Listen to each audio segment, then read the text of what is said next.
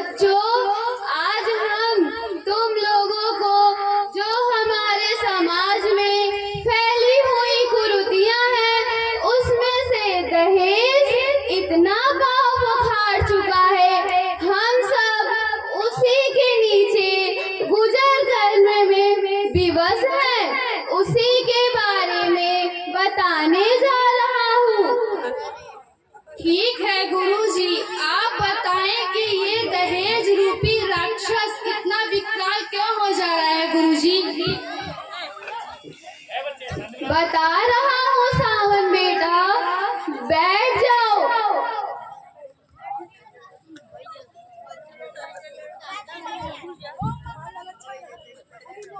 देखो बच्चों, हमारे समाज में जो जितना ज्यादा दहेज पाता है वह अपने को उतना बड़ा समझता है। गुरुजी, क्या ज्यादा दहेज लेने वाले बड़े आदमी कहलाने लगते हैं? क्या उनकी यही पहचान है? ठीक कह रही हो गरिमा बेटा, लेकिन आज एक गरीब आदमी अपनी बेटी के खुशहाल के लिए अपना घर आंगन भी बेचने में विवश हो जाता है। गुरुजी, क्या इस दहेज की होड़ को खत्म करने की कोई इलाज नहीं है महेश बेटा, लेकिन इसमें हमारी युवा पीढ़ी को संकल्प लेना पड़ेगा। कैसा संकल्प गुरुजी? संकल्प ऐसा सावन बेटा, युवा पीढ़ी संकल्प ले, समाज से दहेज को निकाल भगाना है और अपने जीवन को इस छूत के रोग से बचाना है।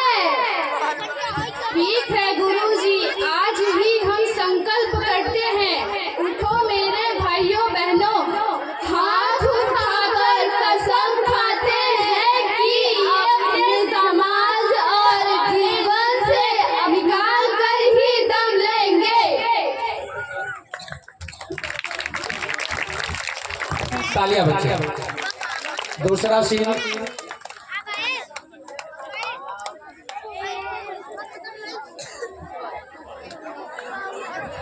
हंसना है।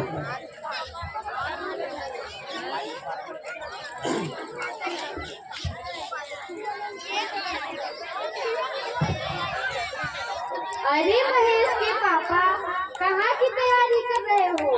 आज महेश की शादी के लिए नारायणपुर से राम मनोहर जी आ रहे हैं, लेकिन वह मेरी बराबरी का भी नहीं है।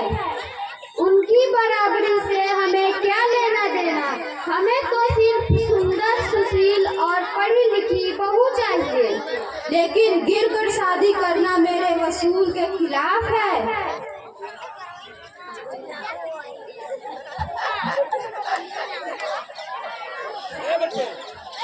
वो देखो, राम मनोहर जी आ गए हैं।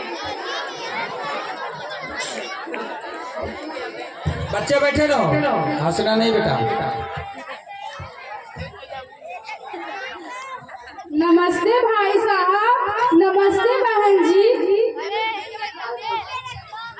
आइए बैठिए, आज आपकी ही चर्चा हो रही थी। आपके भाई साहब कह रहे थे कि क्या हुआ, अब तक वो आए नहीं।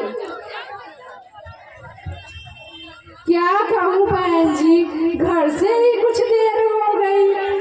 तो और सब कुशल है ना राम मनोहर जी? हाँ भाई साहब, कुशल तो तभी है जब बेटी का हाथ पीला कर दे, इसी के लिए आपके शरण में आया हूँ।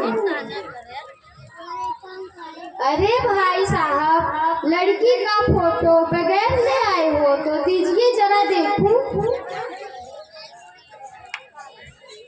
लीजिए बहन जी, इस साल भी 80 की परीक्षा पास की है।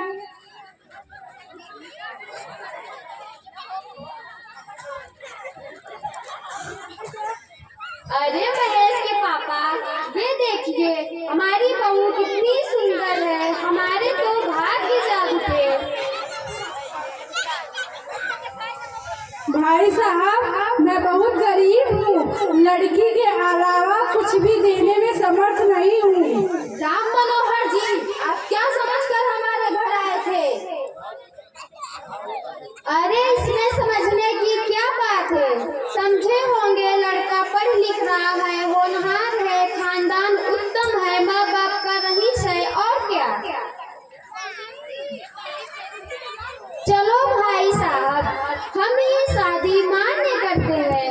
राम मनोहर जी अच्छे पंडित से अच्छी सी साहित्य निकलवा कर भेज दीजिएगा, मुझे भी तैयारियां करनी है। अरे शायद सुदिन की क्या बात है, ऐसे ही बहू को उठा रहा। लेकिन गिरकर शादी करना मेरे वसूल के खिलाफ है। शादी मंजूर है।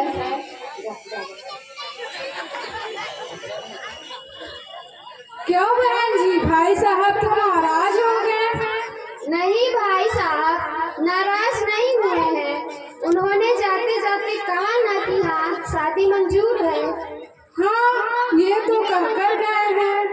फिर किस बात का झमेला, आप निश्चित होकर जाइए।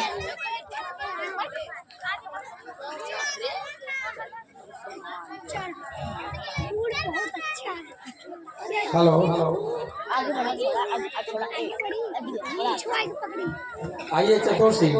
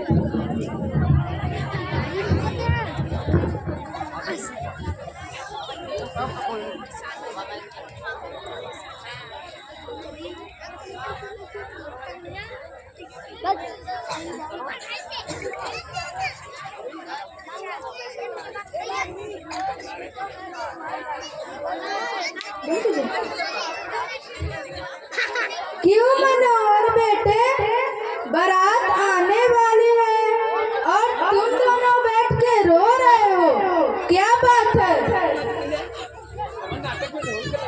क्या करूं चाचा, हमारी बेटी गरिमा इस घर को छोड़कर चली जाएगी, हम दोनों का देखभाल कौन करेगा? अनजान घर में किस सुख दुख का किस तरह सामना करेगी, ना मालूम किस ढंग का परिवार है। चिंता मत करो बेटी, ईश्वर सबकी रक्षा करते हैं। वो देखो बारात आ गई, स्वागत सत्कार की तैयारी करो।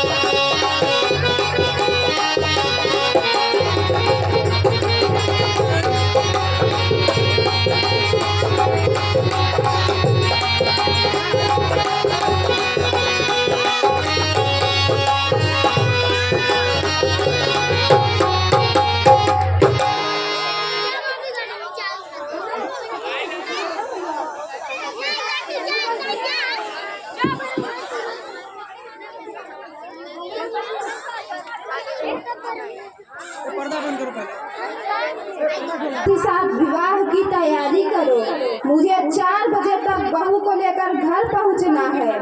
ठीक है भाई साहब, अभी भी निकाह की तैयारी कर देता हूँ। ठीक है, मैं जन्माष्टमी